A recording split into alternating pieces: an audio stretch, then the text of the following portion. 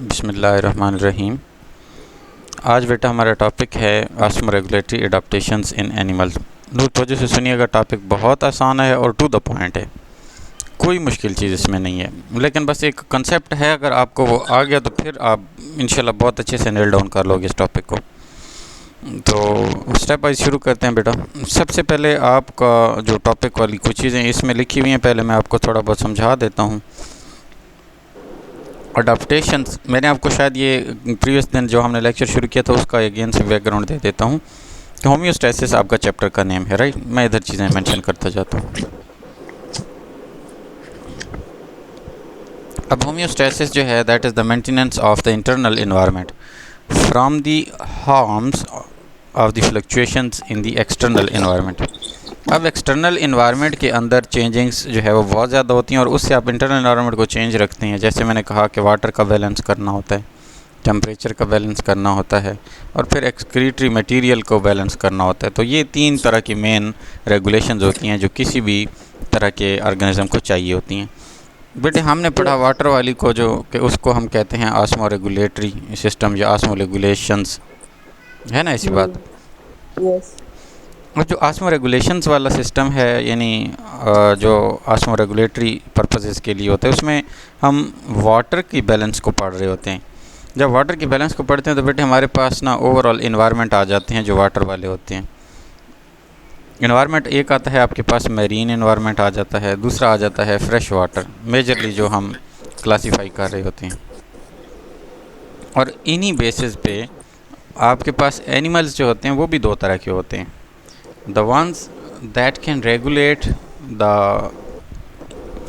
Water balance on the either side of their body, यानी कि वो एक्सटर्नल इन्वायरमेंट के साथ या इंटरनली अगर अपनी सॉल्ट्स की कंसनट्रेशन को देखें तो उसके हवाले से। एक सेकंड सर, ये जो आपने ऑस्मो रेगुलेशन वाला बताया, इसमें मेरीन लाइफ की मतलब मेरीन और फ्रेश वाटर, मतलब ये दो किस्म के वाटर का आपने हाँ, तो मैंने ये बताया बेटा कि दो तरह के आपके पास वाटर के इन्वायरमेंट हो सकते हैं।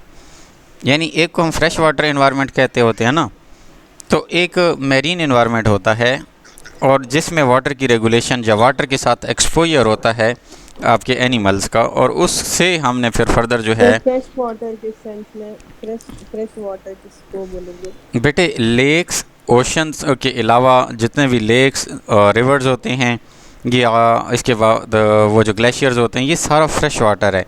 जो साल्टी वाटर होता है ना, मेरीन, वो वाटर होता है जो कि ओशन के अंदर होता है और वो इंतहाई बुरा होता है, वो पीने के लायक नहीं होता। मतलब जो फ्रेश वाटर होता है, ये आपके बीच में आवाज़ कर दी थी। हाँ हाँ, आप बोलो। बच्चे, मैं कह रहा हूँ कि ये जो फ्रेश वाटर होता है ना, ये आप ड्रिंकेबल पर्पसेस के लिए यूज़ करते हो। मतलब इस पर कोई इतना ज़्यादा हैवी ऑपरेशन नहीं होता। जो मेरीन इन्वायरमेंट होता है ये तो ओशंस के अंदर होता है ना, सही है। और ओशंस का जो वाटर होता है वो हाईली साल्टेड होता है और वो आप इनटेक नहीं कर पाते। उसके अंदर और भी बहुत सारे इंग्रेडिएंट्स, और मतलब उसकी क्लीनलीनेस आप कहें या उसके अंदर कंसनट्रेशन जो कहें, मेरीन की कंसनट्रेशनल जो है वो ज़्यादा होता है, हाई कंसनट्रेशन होता है इसमें साल्ट्स की। और जो ये फ्रेश वाटर होता है इसमें साल्ट्स ना होने के बराबर होते हैं। बात समझ आई। इसमें लेक्स शामिल होती हैं, लेक्स के अलावा पॉन्ड्स आ जाते हैं, आपके ग्लेशियर्स आ जाते हैं, आपके बाकी जो रिवर्स हैं वो सारी चीज़ें भी इसी में इंक्लूडेड होती हैं। याद रहेगा। यस, और ये वाला सिर्फ ओशन आ जाता है। जी, अब बेटा मैंने आपको बताया कि on the basis of water availability there are the two sorts of the animals. एक को हम कहते हैं ऑस्मो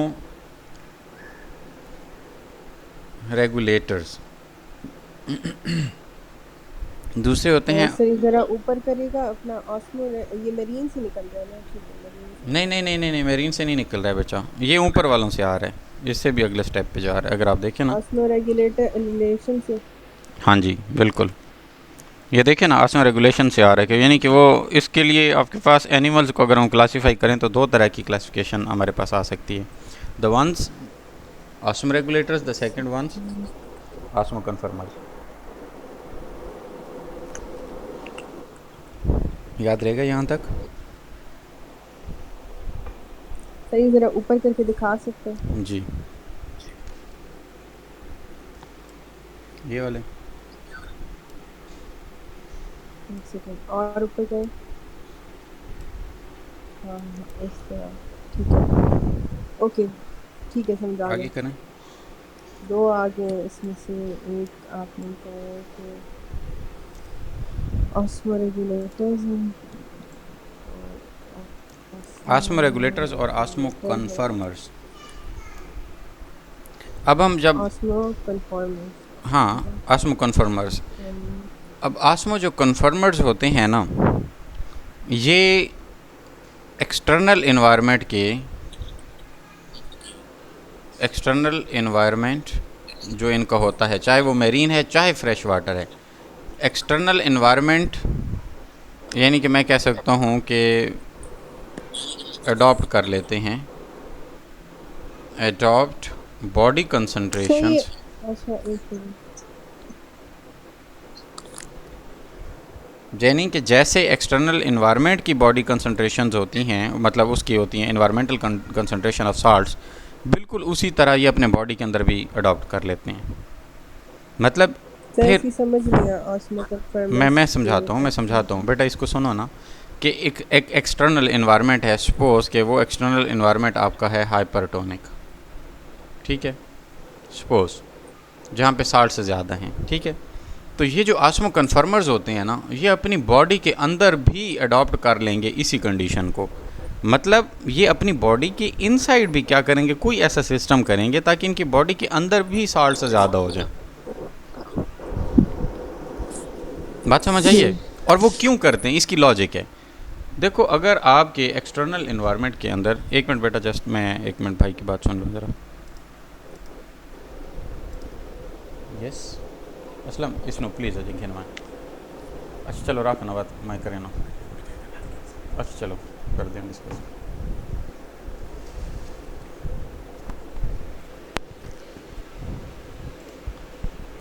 जी बच्चे, तो यहाँ पर जो है ना क्या कह रहा था बेटा कि ये जौन से होते हैं कर लेते हैं। मतलब अगर सॉल्ट अगर ज़्यादा है बाय तो अपने अंदर भी सॉल्ट रहेंगे ज़्यादा। हाँ जी, अच्छा ये कैसे अडॉप्ट करते हैं, ये इस तो तरह इसी से सेंटेंस को किस सेंस में लिखें, मैं बताता हूँ।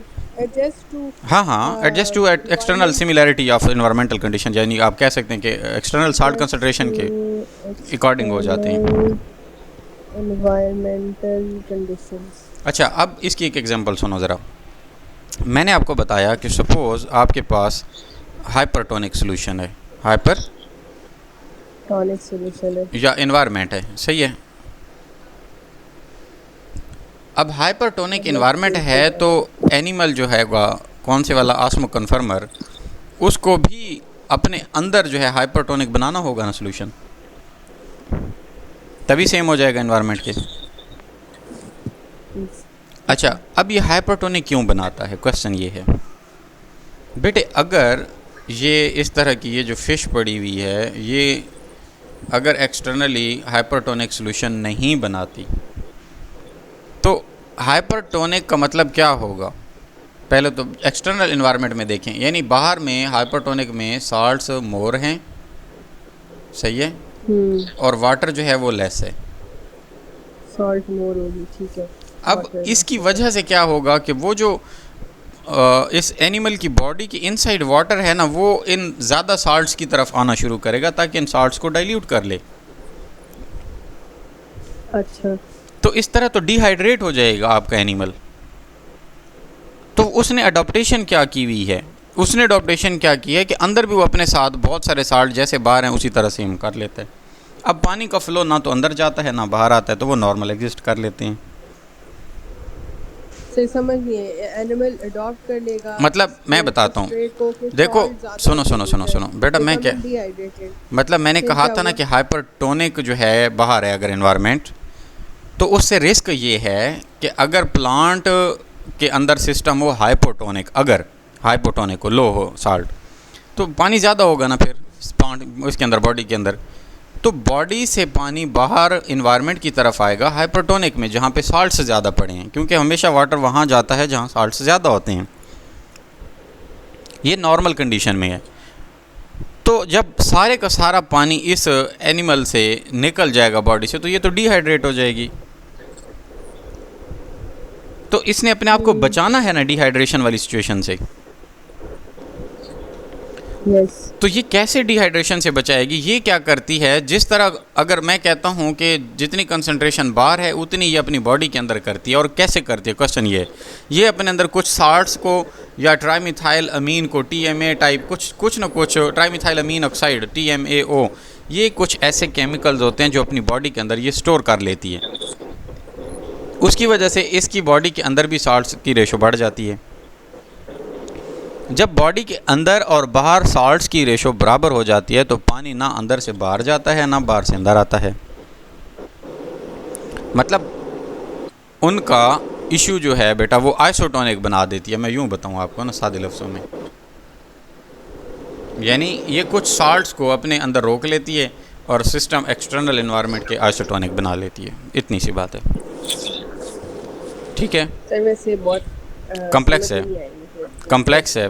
हाँ, हमने कहा कि आपका, मैं रिवाइज करा दूं? जी बिल्कुल, आप बताएं बेटा।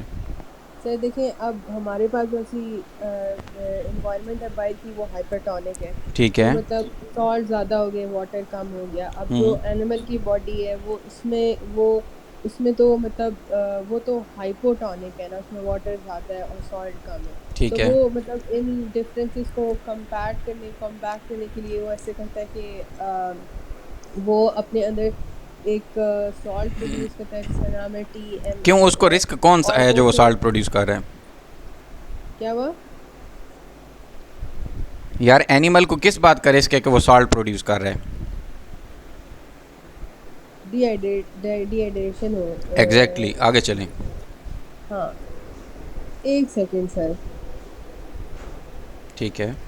सर मतलब अगर वो अपने अंदर भी तो अगर सॉल्ट भी प्रोड्यूस कर ले और वो आइसोटोनिक एनवायरनमेंट भी क्रिएट कर ले, तो फिर भी तो उसने वैसे भी तो मतलब डिहाइड्रेटेड हो ही जाना है सॉल्ट की प्रेजेंस की वजह से। नहीं बेटा, साल्ट की प्रेजेंस की वजह से कभी भी डिहाइड्रेट नहीं होता। डिहाइड्रेट तब होता है जब उसके पानी इनसाइड से निकल जाए।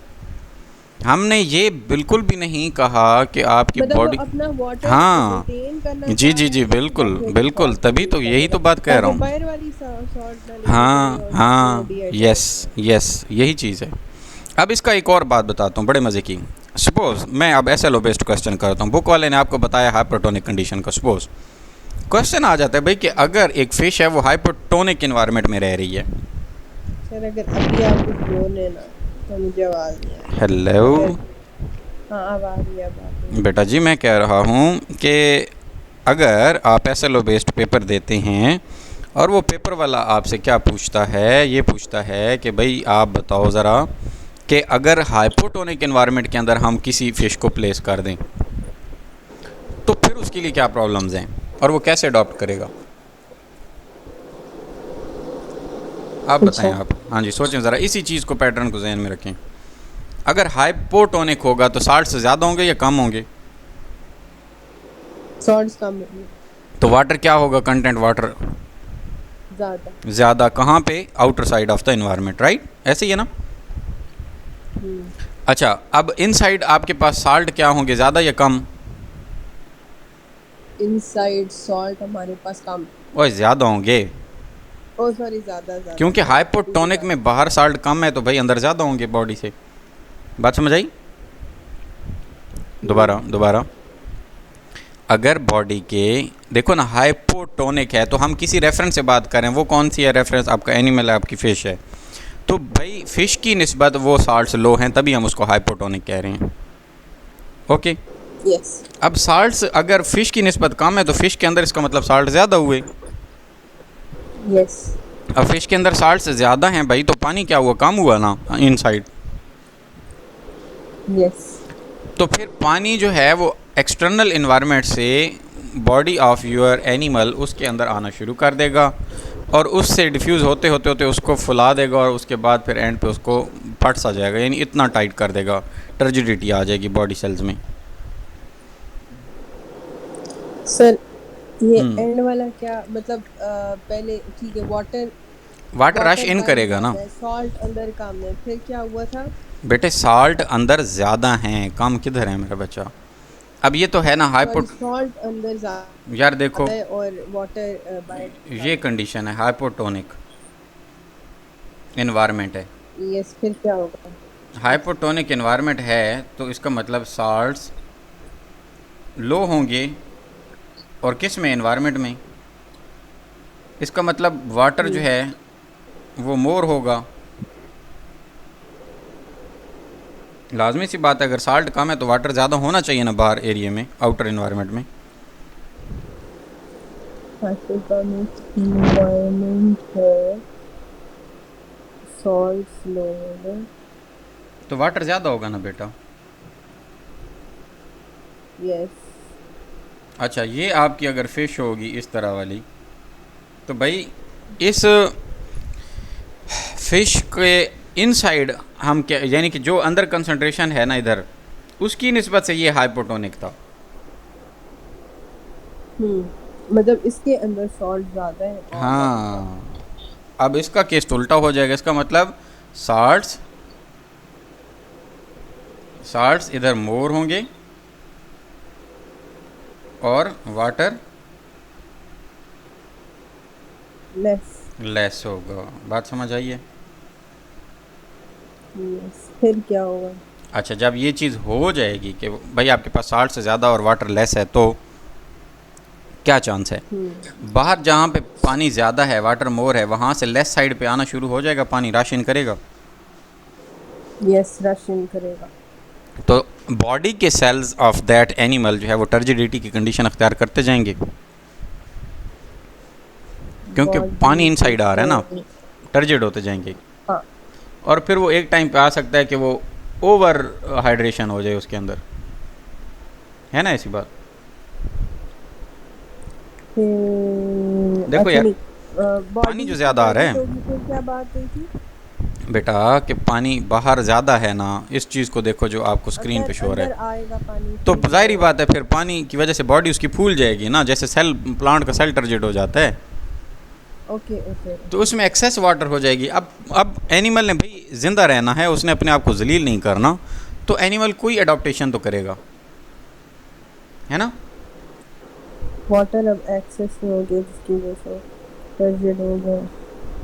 अब एनिमल क्या करता है, इसका सिस्टम कि एनिमल जल्दी जल्दी से वाटर को रिमूव करता है बॉडी से। ओके। तो वो जो वाटर इनसाइड आ रहा होगा वो कहीं ना कहीं से निकल भी रहा होगा, तो इस तरह एनिमल अपने आप को एग्जिस्ट करवा लेगा। बात समझ आ गई आपको स्टोरी? ओके, समझ आ गई। अब बेटा इसको हम पढ़ते हैं। अब उम्मीद करता हूँ कि आपको छोटी मोटी जो पॉइंट्स होंगे इसमें से क्लियर होते जाएंगे। कंसेप्ट क्लियर है ना? Yes sir. Almost all the freshwater animals are osmoregulators. Almost यानी मैक्सिमम ऑस्मोरेगुलेटर्स कौन से हैं जी? फ्रेश वाटर के सारे एनिमल्स ऑस्मोरेगुलेटर हैं। और ऑस्मोरेगुलेटर्स कौन से होते हैं भाई? जिनकी बॉडी एक्सटर्नल एनवायरनमेंट के सेम होती है, एडजस्ट करनी होती है, जैसे एक्सटर्नल एनवायरनमेंट वैसे सेम। तो वो लिख रहा है बड़े मज़े से अगली लाइन कि दीज एनिमल्स जनरली, ऑस्मो कन्फर्मर और ऑस्मो रेगुलेटर एक ही चीज़ है। नहीं नहीं नहीं नहीं नहीं नहीं नहीं नहीं, एक मिनट, अगर मैं भूल गया हूँ, एक मिनट मुझे दोबारा देख लेने दे, एक मिनट ठहरो, मैं इसको पास करूँ ज़रा, बल्कि इधर ही से देख लेते हैं यार। मैंने ऑस्मो रेगुलेटर्स जो होते हैं ना, ये ऊपर लिखा हुआ है ना, इधर होगा। दोनों ही एनवायरनमेंट के साथ ही एडजस्ट करें। नहीं करते हैं, एक को रेगुलेट करने की ज़रूरत होती है। जैसे हमें 37 है ना, तो हमें पसीना आके रेगुलेशन की ज़रूरत पड़ रही है ना। अगर हम बाहर अगर 50 डिग्री होता है तो हमारी बॉडी का भी 50 हो जाए तो ये सेम हो जाएगा। ये एडाप्टेशन इंसान में नहीं है। ये ऑस्मो कन्फर्मर वाली है। मैं यही अभी देख रहा हूँ, आपको बताता हूँ। एक जो कि बिल्कुल ज़्यादा, मतलब बिल्कुल एग्जैक्टली उस अपने ये देखें, उसी तरह मोल्ड कर लेते हैं, वो ऑस्मो कन्फर्मर होंगे। और जो थोड़ा बहुत मतलब थोड़ा बहुत एडजस्ट कर जाते हैं वो फिर ऑस्मो रेगुलेटर्स होंगे, आई गेस। या तो मुझे समझा। Osmoregulators, those animals that can maintain internal osmotic concentration different from the surrounding are called the osmoregulator. और जो एक्सटर्नल की कंडीशन होती है वैसे ही वो इंटरनल की रख लेते हैं, तो वो ऑस्मो कन्फर्मर है। ये मिक्स हो जाते हैं। आप इस तरह याद करो कि ऑस्मो कन्फर्मर्स वो होते हैं जिनकी एग्जिस्टेंस कन्फर्म है, बिकॉज वो एक्सटर्नल इन्वायरमेंट के जैसे हो जाते हैं। हाँ सर, मैं भी यही कह रही थी। बिल्कुल। और जो आस्मा रेगुलेटर्स होते हैं वो एडजस्ट। हाँ, उनको कहीं ना कहीं एडजस्टमेंट चाहिए होती है। देखो ना, such animals are hypotonic to their environment. बात समझ आई? या तो वो ज़्यादा होते हैं या हाइपोटोनिक होते हैं अपने उसके हिसाब से। Almost all the fresh water animals जो होते हैं वो मेरीन वर्टिब्रेट्स उसमें आस्मा रेगुलेटर में होते हैं। क्लियर? ओके, हम ज़रा नीचे चलते हैं यहाँ पे जो लाइंस पढ़ रहे थे हम। यस, इसके बाद है कि these animals deal with the problems bye producing large volume of the dilute urine. ये कौन से एनिमल्स की बात करें? आस्मो रेगुलेटर्स की। जैसे मैंने जो अभी इधर आपको बात बताई कि अगर हाइपोटोनिक इन्वायरमेंट आ जाए तो साल्ट्स बाहर लो होंगे, वाटर ज़्यादा होगा तो वाटर अंदर आएगा तो पानी की मकदार ज़्यादा हो जाएगी, तो ये वाला एनिमल जो है वो आपका मर सकता है। तो ये क्या करता है, यूरिन भी इसने निकालना होता है, तो वो क्या करेगा, डबल ही एक्शन करेगा कि वाटर की एलिमिनेशन भी करनी है और यूरिन की भी, तो दोनों को मिक्स अप करके एक डाइल्यूट यूरिन की फॉर्म में सेक्रेट आउट कर देगा। और यहाँ पे सर मेरी बात सुने सर, जी जी मैंने जी तो ये under the heading of osmo कन्फर्मर लिखा है। बेटा जी, वो जो मैंने इधर आपको बताया हुआ था, आपने इसके हिसाब से लिखा होगा ना, जो ये वाला है, इसके अकॉर्डिंगली ऐसे ही है ना? मैंने यही सारा इसी तरह बनाया ये चीज़। हाँ हाँ। तो अब आस्मो कन्फर्मर जो हैं वो हाइपरटोनिक या हाइपोटोनिक इन्वायरमेंट के बाद फाइनलाइज कहाँ पे होते हैं? फाइनलाइज तो ये होते हैं कि वो आइसोटोनिक हो जाते हैं ना। देखो ना, एंड पे वो क्या करते थे, अपने आप को आइसोटोनिक करते थे ना, राइट?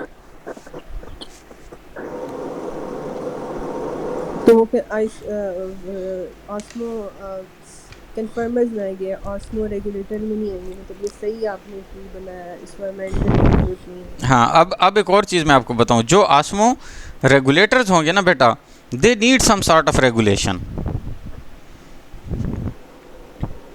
जैसे मैं कहूँ कि इनकी इंटीरियर की कंडीशन चेंज नहीं होती, यानी ये वो कॉन्स्टेंटली रखेंगे अपने टेम्परेचर को या अपने वाटर की अमाउंट को कांस्टेंट रखेंगे, लेकिन इनको अल्टरनेटिवली कुछ ना कुछ मैनेज करना होगा। लेकिन अभी जो मैं आपको ये सिर्फ मैंने जो ड्रॉ किया हुआ था ना सेपरेशन के साथ, बेटा वो जस्ट आपको समझाने के लिए था। अब यहाँ पे अगर आप देखें ज़रा आस्मो रेगुलेटर्स को, आस्मो रेगुलेटर्स जो हैं वो animal generally hypotonic to their environment अगर होते हैं, these animals deal with these problem by producing large volume of the urine. यानी इनको प्रॉब्लम फेस करने पड़ते हैं, so they have to adjust the external condition, वो आस्मो रेगुलेटर हैं। लेकिन अगर कोई ऐसी फ़िश है जैसे वो फ्रेश वाटर में जाती है तो फ्रेश वाटर वाली कंडीशन खुद ढाल लेती है पक्की, या वो मेरीन इन्वायरमेंट में जाती है तो वहाँ भी साल्टी इन्वायरमेंट अपने अंदर क्रिएट कर लेती है, तो उसकी लाइफ ज़्यादा होगी। क्यों? क्योंकि उसके अंदर कोई इश्यूज़ नहीं आएंगे, वो जैसा इन्वायरमेंट है वैसा भेस बदल लेती है वो। बाकियों को क्या करना पड़ता है, आस्मो रेगुलेटर्स को वहाँ पे एफर्ट पुट करनी पड़ती है, एनर्जी लगा के कभी किसी न किसी एक्टिविटी को अडॉप्ट करना होता है। Their kidney absorb the salts that are required, यानी इनके किडनीज जो हैं वो उनको साल्ट रिक्वायर्ड होता है। Salts are also obtained from the food they eat, यानी अब वो खुराक जो खा रहे हैं साल्ट्स वहाँ से भी आते हैं। बात समझ रही? अब 3-4 जगह से साल्ट्स जो हैं वो इनके पास आ गए। तो these animals are actively transport salt from the external dilute medium with the help of special salt called the ionocytes. ये साल्ट के सेल्स होते हैं, साइट्स सेल के लिए होता है और आयनो फॉर आयंस के लिए होता है। ओके, मैं लिख लेती हूँ। Ionocytes are found in the amphibian skin.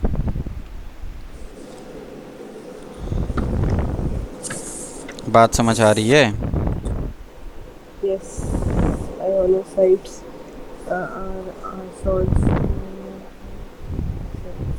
Okay, अच्छा, यहाँ पे बेटा आप ज़रा देखें, ये आपके पास एक स्केच बना पड़ा है एक फ़िश का। पहले पॉइंट पे लिखा हुआ है कि osmo regulation in marine animal. अगर कोई मेरीन के अंदर रहता है यानी कि हाई साल्ट वाटर में, तो वो हाइपरटोनिक कंडीशन में रह रहा है, इसका मतलब मेरीन वाला। जब हाइपरटोनिक है तो उसके अंदर की सीन पढ़ते हैं ज़रा कि gain of water and salt from the ions from the blood, gain of the water and salt ion from drinking from the sea water. अब देखो जी, सी वाटर के अंदर बहुत सारे साल्ट्स हैं, तो जब वो मुंह खोल के पानी, आप वाली बात है कि जब गिल से पास ऑन होगा या इनटेक करेगी तो लाजमी सी बात है वो साल्ट्स मजबूरी से उसके अंदर तो जाएंगे। तो ये दो तरीके से साल्ट ले रही है, एक तो है कि साल्ट पानी पीने से सी वाटर की या खुराक से, दूसरा क्या है कि gain of the water and salt ion from the food, एक खुराक से और दूसरा पानी पीने से साल्ट्स इसके अंदर जा रहे हैं बॉडी के। अच्छा, अब ऑलरेडी बाहर साल्ट से ज़्यादा हैं, बात समझ आई? हाइपरटोनिक है ना एनवायरनमेंट मैरीन का।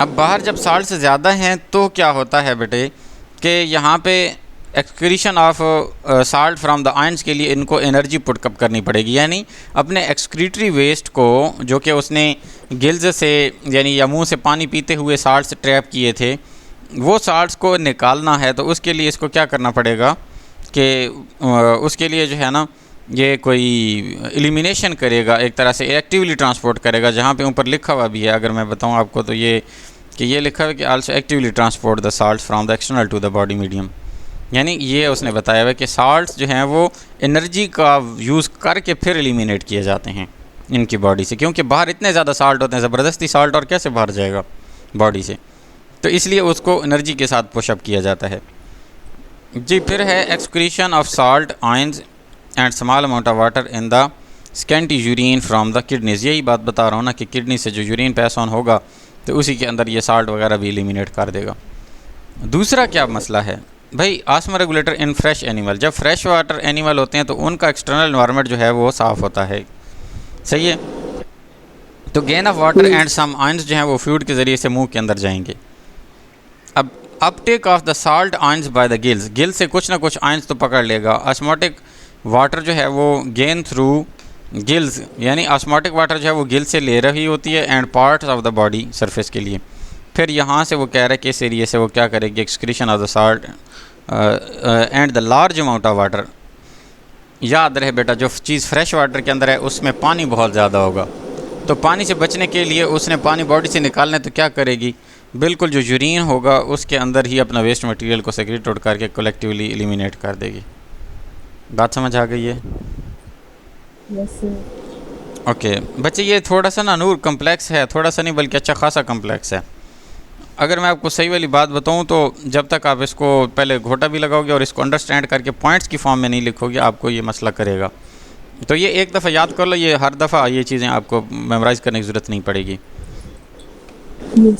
नेक्स्ट है बेटा कि मेरीन एनिमल्स, टीलो ईस्ट जो बोनी फिश होती है, are the osmoregulator in the marine environment which are hypotonic to their environment. अब मेरीन में वही फ़िश आ गए जिसके अंदर ऑलरेडी जो है वो आपने मतलब अभी में हमने डिस्कस किया है ना कि कुछ एनिमल्स या कुछ फिशेस ऐसी जिनका एक्सटर्नल एनवायरनमेंट हाइपरटोनिक हो, सही है, क्योंकि जैसे मेरीन का केस है तो हाइपरटोनिक है ना केस,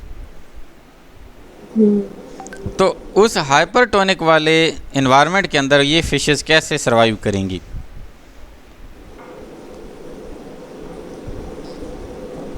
हेलो, आवाज़ आ रही है? हाँ दोबारा रीड कर लेते हैं कि टीलो ईस्ट जो होती हैं ना, टीलो क्या इसको बोलो, टीलियोस्ट, ये bony fishes are the osmoregulators in the marine environment के अंदर।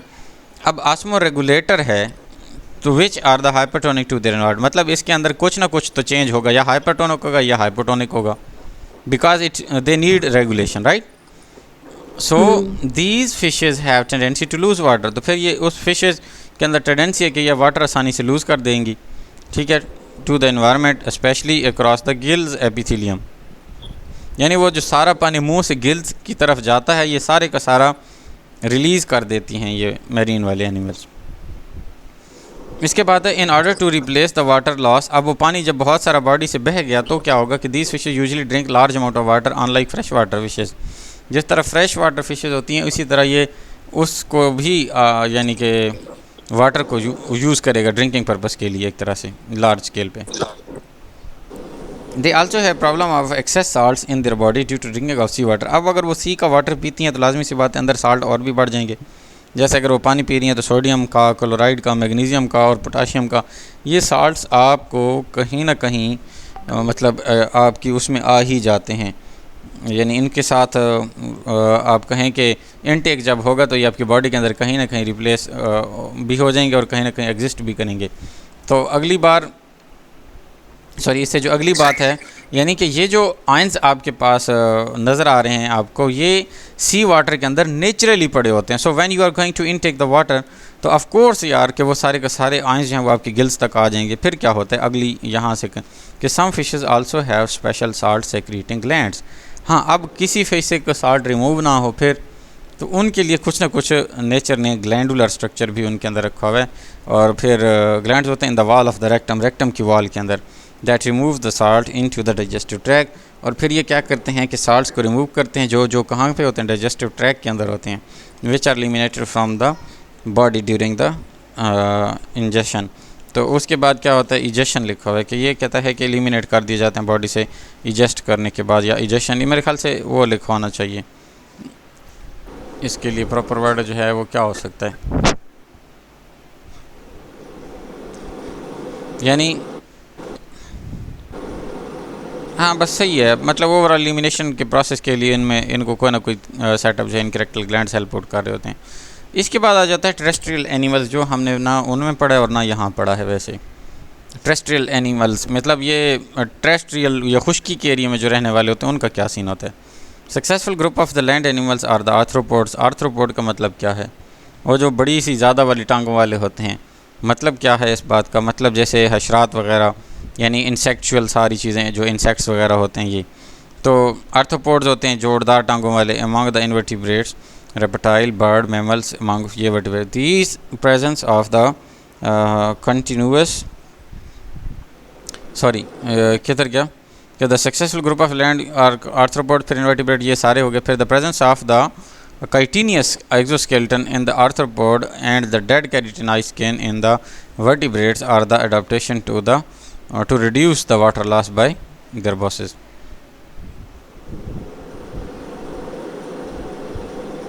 बच्चे मेरी आवाज़ आ रही है आपको? अच्छा, अब वो कह रहा है कि जो आपके एनिमल्स हैं ओवरऑल, तो वो सारे के सारे अडॉप्टेशंस लेके आ रहे होंगे ना।